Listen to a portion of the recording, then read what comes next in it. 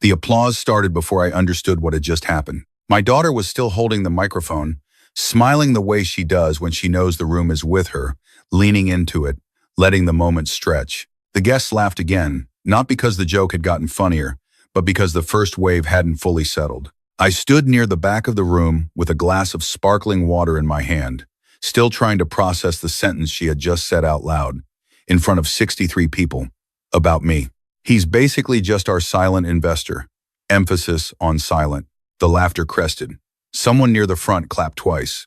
A man I'd never met leaned toward the woman beside him and whispered something, and she covered her mouth, smiling. My daughter's mother-in-law, seated at the center table, nodded with the satisfaction of someone who had been waiting a long time to hear exactly that. And my ex-wife, seated 3 tables to my left, laughed too. Not loudly, just enough. I had driven 4 hours to be here. I had pressed my good jacket the night before. I had written a card that I never got to give. The room was beautiful. I had to give them that. The renovated storefront looked nothing like the dusty retail space my daughter had first shown me 3 years ago, pointing at cracked tile and drop ceilings and saying, "Dad, I can see exactly what this could be." The reclaimed wood shelves, the custom millwork behind the counter, the hand-lettered sign above the entrance that spelled out the business name in brushed brass, all of it was exactly what she had described to me in the kitchen of my house. Across a table covered in mood boards and contractor estimates and spreadsheets she kept revising upward. I had said yes every time, not because I was naive, because I believed her. The grand opening celebration had been her idea. 5 years in business, a major renovation complete, a new product line launching. She wanted to market properly. Invite the regulars, the vendors, a few local press contacts, family, close friends. She had planned it for months. I had heard about every detail because for the first few years, I was one of the people she called when something went sideways. A supplier dropped out. A contractor overbilled. A piece of equipment failed 3 weeks after installation. I covered it. Each time, I covered it. Not because anyone forced me, because she was my daughter, and the business was real, and I had the means. And watching her build something from nothing felt like the closest thing to legacy I had found since I retired. I kept records. Retired engineers keep records. It's not distrust, it's how you sleep. Over 41 months, I had transferred a total of just over $78,000. Deposits, emergency gaps, equipment loans, the renovation costs for this very room. Some of it was documented formally. Some of it was wire transfers with notes that said for kitchen expansion or flooring balance. I had not asked to be reimbursed on any timeline that felt uncomfortable. I had not put pressure on anyone. I had told her, more than once, that I trusted her to handle it when she was able. What I had not expected was to be introduced at the celebration of everything those transfers had helped build, as emphasis on silent. I didn't move. I didn't change my expression. Decades of project management teaches you to hold your face steady while you're still processing information. I took one slow breath and looked at my daughter, still at the microphone, still smiling, already moving on to the next part of her remarks, the part about her husband's vision and her mother-in-law's unwavering support. My name did not come up again. After the formal remarks ended and the room shifted into open mingling, I set my glass down on the nearest surface and walked outside. The evening air was cooler than I expected. The street was quiet. A few parking spaces down, a couple was arguing softly over which direction to the restaurant they'd booked.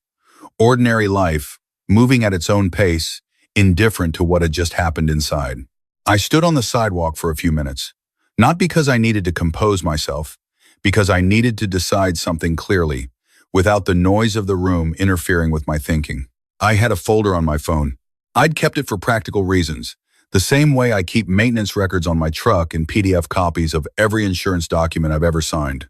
The folder contained the loan agreement we had drafted informally 2 years in, the wire transfer confirmations, the contractor invoices I had paid directly, and one document that my daughter had signed without reading carefully enough.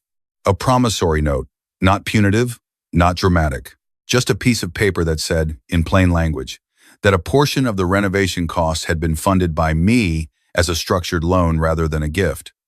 Repayable on a schedule we had agreed was flexible, but repayable. She had signed it at my kitchen table on a Tuesday in October, in the middle of a conversation about the tile she'd finally chosen for the bathroom remodel. It hadn't felt significant at the time. That was the point of ordinary paperwork. It only becomes significant when something changes. I wasn't angry standing on that sidewalk. Anger would have suggested I was surprised. What I felt was more like the quiet recognition you get when a structure you've been watching for a while finally shows you the crack you knew was there. I went back inside. I didn't find my daughter immediately. I found her husband first, near the beverage station, refilling his glass. He was a good-looking man with confident posture and the habit of scanning a room for whoever mattered most at any given moment. He spotted me and nodded with the kind of warmth that doesn't require eye contact. "Great turnout," he said. "It is," I agreed. He moved on. He always moved on. I found my daughter near the back display shelves, talking with a woman I recognized as the journalist who had written a short feature on the business in a local publication the previous spring. My daughter was animated, gesturing toward the new product line, describing the sourcing process with the fluency of someone who had rehearsed it and genuinely believed it. She was good at this. She had always been good at this. I waited until the journalist excused herself, then I stepped forward. "Nice event," I said. My daughter turned, and for a half second, I saw something flicker across her face. Not guilt. Something closer to relief that my expression wasn't giving anything away. "Dad, you've been hiding in the back all night." "I was near the back," I said. "Not hiding." She smiled, but it was a managing smile, the kind that keeps a conversation from going somewhere uncomfortable. "Are you hungry? The charcuterie is really good. The vendor is a new local farm we've been working with." "I'm fine," I said. I wanted to say congratulations. "Thank you." A pause. "I meant to grab you earlier. It's been so busy." "I know," I said. "It's a big night." She nodded, and the conversation drifted into logistics: how many people had come, how the new product display was performing, whether the caterer had over-delivered or just gotten lucky. I listened. I asked a question or two, and then I told her I was going to head out a little early, that the drive back was long and I wasn't as young as I used to be. She hugged me at the door. Quickly, warmly, the way people do when they're relieved a difficult thing has been avoided. I drove to my hotel, 6 minutes away. I ordered room service. I watched 2 innings of a baseball game I didn't care about. And then I opened my phone and sent a short, professionally worded email to the attorney I had worked with when we drafted the promissory note. I wasn't asking for an immediate collection. I was asking to have the document reviewed and activated according to its original terms. I was asking that a formal repayment schedule be established and communicated. I also asked him to look at the contractor invoices I had paid directly and advise on whether those constituted additional recoverable debt under the informal agreements we had documented. Then I closed the email, turned off the lamp, and slept better than I had in months. The next morning, I had coffee in the hotel lobby and thought about the last 3 years with some distance. My daughter had built something real. That part was true and worth saying. The business worked. The renovation was beautiful. The product line was legitimate. None of what I had contributed had been wasted. That was never the question. The question was whether contributing to someone's success entitles you to be acknowledged when that success is being celebrated. Whether funding the shelves and the signage and the custom millwork earns you at least a sentence that doesn't treat you like a punchline. I had never needed recognition. In 31 years of engineering work, I had managed projects worth tens of millions of dollars and accepted that the people who ran the meetings got the credit while the people who ran the numbers got the work. That was the deal, and it had never bothered me because the deal was understood. What had happened last night was not a deal. It was a revision, delivered publicly, with laughter. I drove home on a Saturday with the windows down. The highway was flat through most of the middle section, the kind of landscape that gives you time to think without providing anything to look at. By the time I reached my exit, I had decided 2 things. The first was that I was not going to initiate a confrontation. I had nothing to gain from an argument, and I had reached the age where I understood that winning a fight with someone you love is indistinguishable from losing them. The second was that I was not going to pretend the evening hadn't happened. That particular silence had already cost me more than I could accurately calculate. 4 days passed. My daughter called on the 3rd day, a short, cheerful call about how the press coverage had come out and how the new product line was already selling faster than projected. She didn't mention the toast. I didn't mention it either. The call ended the way calls end when both people are being careful. On the 5th day, my attorney called. He had reviewed the documents. The promissory note was clean. The direct contractor payments were recoverable under the informal agreement, which I had been careful to document in writing, even if the writing had only been emails and wire memos. The total owed, calculated conservatively, was just over $61,000. I told him to send a formal notice of repayment request to my daughter's business address, not to her home, not to her personally. To the business, in the name of the business, the way a creditor communicates with a debtor when the relationship has become, however reluctantly, a financial one. I want to be clear about why I did this. Not because I needed the money. I am 64 years old and my retirement is funded and my house is paid for and I sleep without financial anxiety. I did it because the document existed, because she had signed it, because I had operated for 3 years as if it were a living agreement rather than a courtesy on paper, and because something in me that had been quiet for too long finally understood that courtesy extended past its welcome becomes permission. The notice arrived at the business on a Tuesday. My daughter called me that same afternoon, not cheerful this time. "Dad, what is this?" "A formal repayment request," I said, "as outlined in the agreement you signed in October 2 years ago." Silence. "You're serious?" "Yes. After everything, after the opening, after all of this." "The opening," I said carefully, "is part of why." She exhaled sharply. "That was a joke." "It was part of the speech. I was nervous." "I didn't think." "I know you didn't think," I said. "That's what I've been sitting with." Another silence. Longer this time. "I don't have $60,000, Dad." "I know that too," I said. "The note allows for a structured repayment schedule. My attorney can work with yours on reasonable terms." "You hired an attorney for this." "I hired an attorney when I wrote the note," I said. "I'm simply following the document we both agreed to." She started to say something about how I was making this bigger than it needed to be, about how family doesn't operate like a bank, about how she had assumed, over time, that the loan had become a gift. I waited until she finished. "Did I ever tell you that?" I asked. Quiet. "Did I ever say the words, 'This is a gift. You don't owe me anything. Consider this settled'?" She didn't answer. "Then it wasn't," I said. "Not by assumption." The call ended without resolution. That was fine. Resolution wasn't what I was looking for. What happened next? I hadn't planned. A week after the notice went out, I got a call from a man I'll call my daughter's business partner, a friend of hers, who had come in as a co-investor 2 years into the business. Someone I had met a handful of times at family events and always found straightforward and decent. He told me he'd heard about the situation from my daughter, that he wasn't calling to take sides, but that he wanted to say something and didn't know another way to do it. "I was at the opening," he said. "I remember seeing you there," I said. "I heard what she said in the toast." He paused. "I should have said something that night. I've been thinking about it all week, and I want you to know I'm sorry I didn't." I told him he had no obligation to involve himself. "Maybe not," he said. "But I've been in business with your daughter for 2 years, and I know where that renovation money came from. I know where the equipment replacement came from in year 2. I know what that business would look like right now if you had said no any of the times you could have." I didn't say anything. "She knows too," he said. "I think that's the part that's hardest for her to look at. When you make a joke out of something, sometimes it's because you can't stand to take it seriously." I appreciated him saying that. I told him so. "I'm going to talk to her," he said. "Not as a lecture, just as a friend.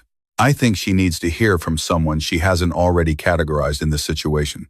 I told him I wasn't looking for an apology, that I had made peace with what had happened and was simply trying to reset the terms of a relationship that had drifted into something neither of us had agreed to clearly. "I understand," he said, "but some things need to be said out loud, regardless of whether they change anything." He was right about that. I don't know exactly what he said to my daughter. I wasn't there. What I do know is that she called me 10 days later on a Sunday morning while I was on my back deck drinking coffee and watching a pair of Cardinals argue over the feeder. She didn't start with an apology. She started by asking if I had time to talk. I said yes.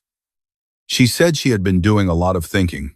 She said she had been thinking about the years before the business, when she was first pitching the idea, and I was the only person who took the numbers seriously enough to ask hard questions, instead of just saying, "It sounded nice." She said she had been thinking about the Tuesday she signed the promissory note and how it had felt routine at the time, how routine was the wrong word for what it actually was. She said she had been thinking about the toast, that she had written it and rewritten it 6 times.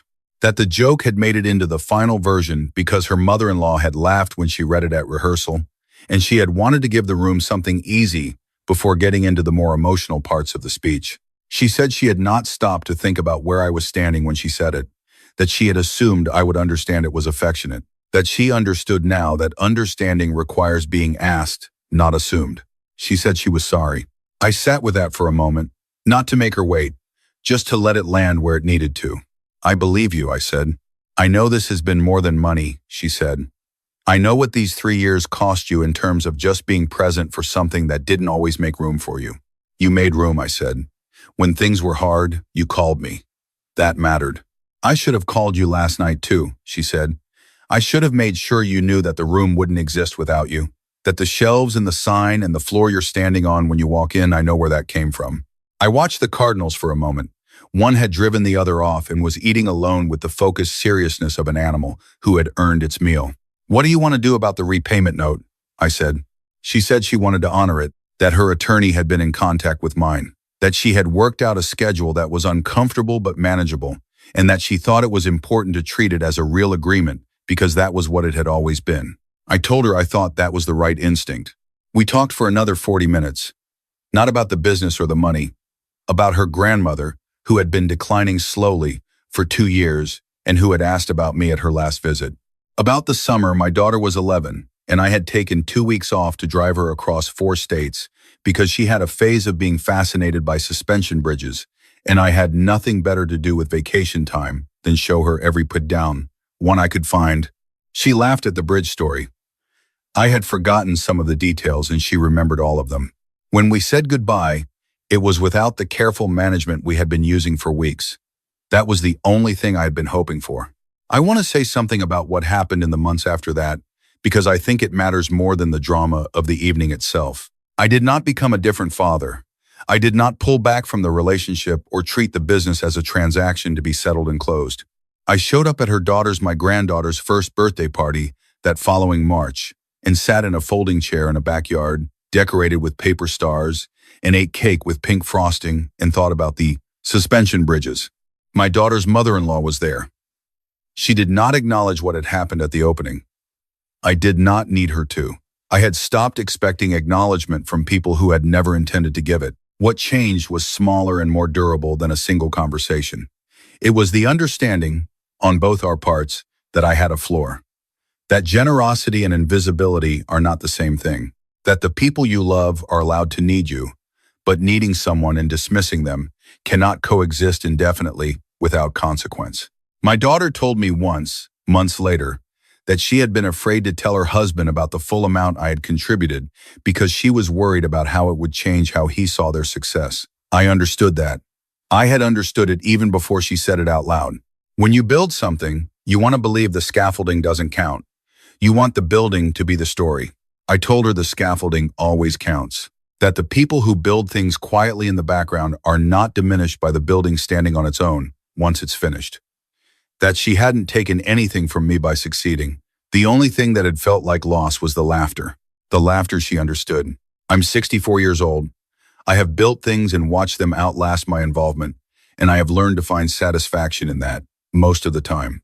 I have watched partnerships dissolve and friendships drift, and children grow into people I recognize but would not have predicted. These are not losses. They are the ordinary shape of a life lived long enough to see several chapters. What I have also learned, later than I should have, is that staying quiet is a choice that requires renewal. Every time you absorb something that should have been named, you are choosing again.